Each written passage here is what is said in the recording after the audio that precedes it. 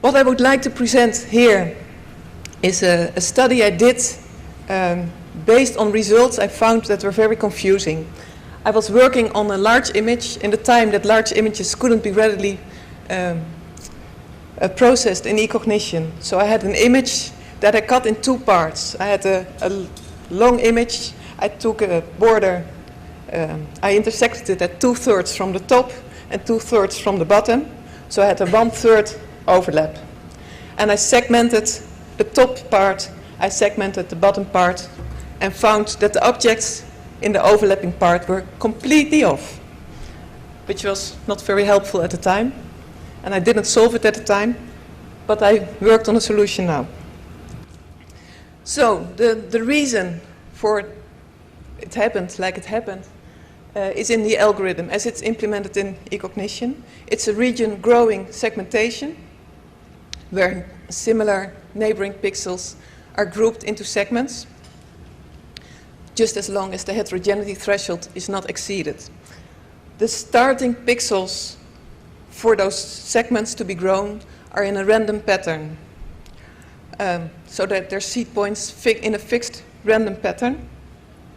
So when you repeat the segmentation of an image, you will get exactly the same results, which is really nice. And as long as you're working with just that image, you will never notice that it could be different. But here's another example. This is an Iconos image just east of Utrecht, where I work. Let me see. No? I will use it's okay, I use the mouse. Here is the university campus. Here is the city of Utrecht. Just off there is where I live, not in the image. And what you see nicely, not important but interesting anyway, are those features here. It's the water defense works of the Netherlands. Not in function anymore, but still nice, recognizable in the image. So here's the university campus. There's an agricultural area just in the neighborhood. Here is Amelisweert, for the people known in the Netherlands. That was a famous environmental area for 20 years ago. Here is a forest, a residential area of the village of Zeist. So it's a complex image. I made a subset of this image just here in the agricultural part, and I segmented both images. So the full image and the subset image with exactly the same settings. So here are the results from the full image. And here are the results from the subset. So I'll go back and forth. Exactly the same image, except that the next is a subset of the first. And you see that the borders do change. The borders of the segments do change by just making a subset of that one original image. So when you change the relative position of the origin to the image, or the other way around, if you change the relative position of the image, the resulting tessellation is different. And as we all aim to obtain image objects that represent landscape objects or landscape elements as well as possible, this is annoying. You want to have the image objects match the landscape as good as possible. So the idea I had, and which I applied, and then the reviewer was very critical, but the idea I had was if you apply an edge-preserving smoothing filter prior to segmentation, the resulting tessellation will be more stable. So this is the work I did that I will present now.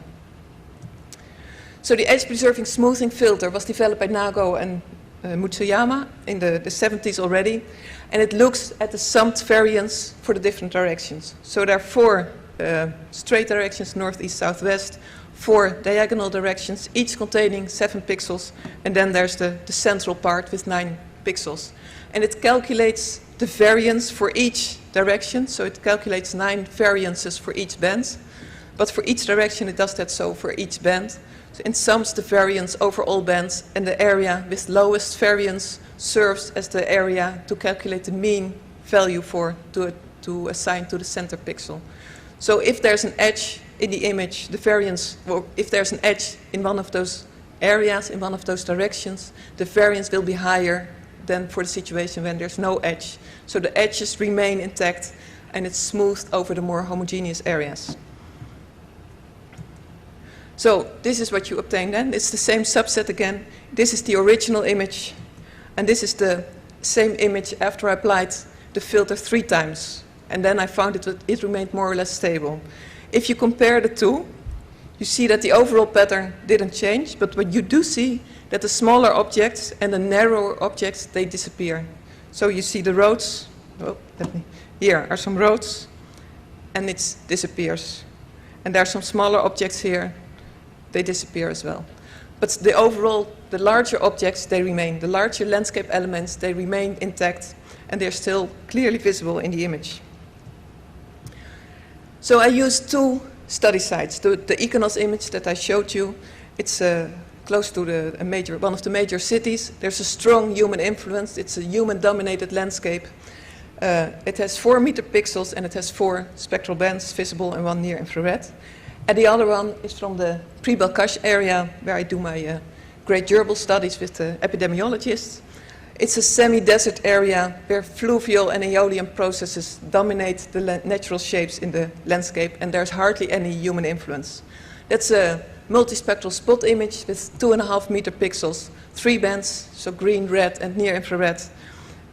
And both served here to test this theory.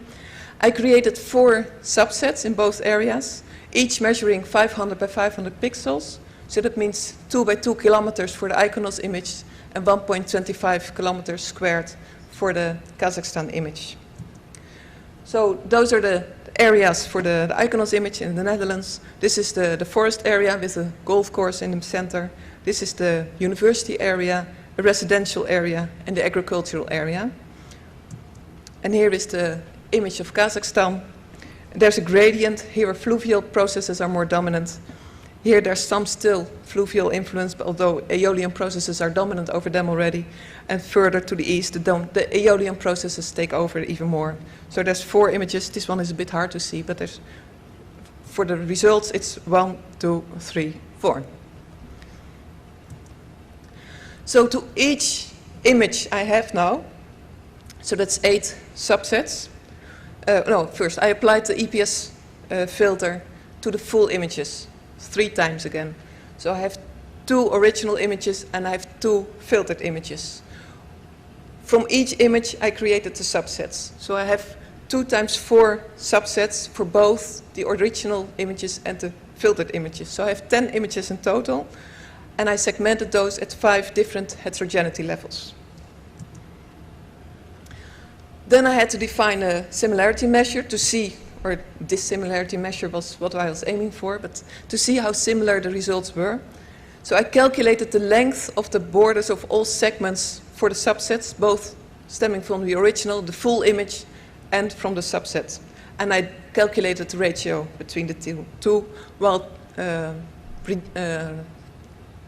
what's the word? Not summing, but removing the borders from the subset area that were obviously segment borders in the resulting subset segmentations, but they're not present in the full image. So then I calculated the ratio between the length of the identical borders between the full image and the subset image with the total length of the borders in the subset image. And here are some results. There are many more, as you can imagine, with the 4 subsets and the 5 heterogeneity levels, but this is for the agricultural area, the same area that I showed you before. This is the original image, non-filtered. This is in gray, you see all the borders that are similar between the full image and the subset image. In black, you see the different borders. In black, you see the borders of the segments that changed when I use the full image or when I use the subset image. The left image shows the scale parameter 10, so it has the smallest segments, and the right one shows it at scale parameter 50, so it has the largest objects. What you see is that many different borders, as you would expect, occur at the border of the subset. When in the subset you start growing segments, it can't go outside the segment. Well, in the full image, there's space for the segments to go over those borders. So you expect differences there. But you also see here at the larger scale that there are changing or different segment borders in the center of the image. When you go to the filtered image, there are fewer black borders at the smaller scale parameter. And there are also there are fewer borders as well, but more to the center for the higher scale parameter. This is for the Iconos image. Now for the spot image, the Kazakhstan image, where the natural processes are dominant. You see that in the original image, this is the scale parameter 20 and 50. For 10, the objects, the segments became so small they were not visible anymore. But you see that there are many, many different segment borders here. And at the larger scale, there seem to be even more. And with the filtered image, that effect is largely reduced. So here are the values, the similarity values for the 4 subsets of the Iconos image for both the original and the filtered subsets. The full symbols represent the original image and the open symbols represent the filtered image. So in blue you can see the agricultural area, the similarity between the segmentations of the agricultural area for the 5 different scale parameters, so 10 to 50. You see that it's relatively high, or it's even very high at the small scale parameter, and the similarity decreases for larger objects or larger segments. And the behavior is different for different areas, and a bit erratic here with the residential area, and in purple the forest area. And I think that's due to for the forest area, I think that's due to the golf course that's affecting the segments. Here are the same results, but then for the Kazakhstan area, so it's from west to east, 1, 2, 3, 4. You see the open symbols again represent the edge-preserving, smoothing filtered subsets, and the full image, full symbols represent the original images. You see that at smaller scale parameters, the similarity is much higher, but still the filtered image have a much higher similarity than the original images, and there's a strong decrease in similarity with higher scale parameters, so with larger objects. So, as a first conclusion, yes, this segmentation is affected by the relative position to the origin of the image. The difference in the tessellations ranges up to 25%, so for the original image, full image or subset image, or for the EPS image, full image or subset image. When you have larger objects, these differences increase, but it might be partly to the edge effect, the border effect that is relatively closer to the center image with larger objects. But the differences occur close to the border where you really do expect them, but also in the center part of the image. When you apply the edge-preserving smoothing filter, the dissimilarity decreases, so the similarity gets better, so that it's more stable. And we can also conclude that in that human-dominated landscape, it's less affected than in the naturally shaped landscape in Kazakhstan. Discussion then. Yes, it does help to apply this filter, but the smallest objects are removed. So if you're interested in those, then you need to find a different solution. It might help to apply the filter just once instead of 3 times as I did it now, but I didn't look into that. In the human-made landscapes or the human-dominated landscapes, the contrast between neighboring objects can be so high that I think it affects this this effect of the filter. The filter is effective and easy to apply, and then the question, why is this all relevant? Well, as I started, you want to have the image elements or the image segments to represent the landscape elements as well as possible, but especially if you're working with data from different sources or if you're working on multi-temporal data, you want those elements to be really similar. So if they can't be 100% similar, let them be over 90% similar at least. So those are my conclusions, some acknowledgements, and if you have any questions, I'm here.